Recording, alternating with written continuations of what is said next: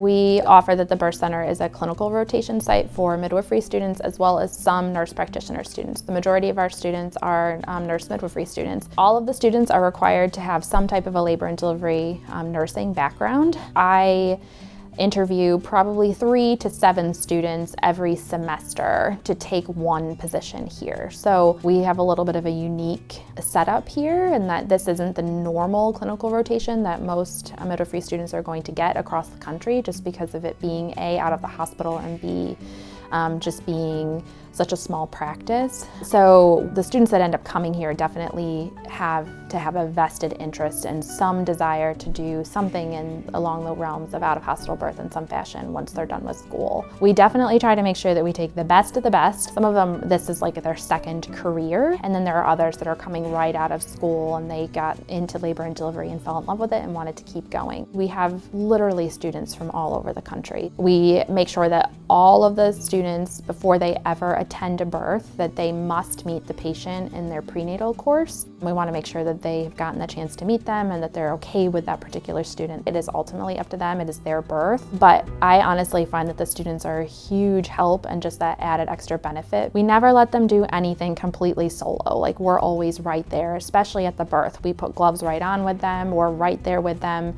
And we kind of coach them along the way, and most of the students are here for an entire semester, so by the end of their time with us, they can pretty much do everything all on their own. We don't let them do everything all on their own, of course, but they're at a point in their career and in their education where they then can go on and practice. They come to us typically with at least anywhere from like 10 to 20 births that they have done in the hospital setting already.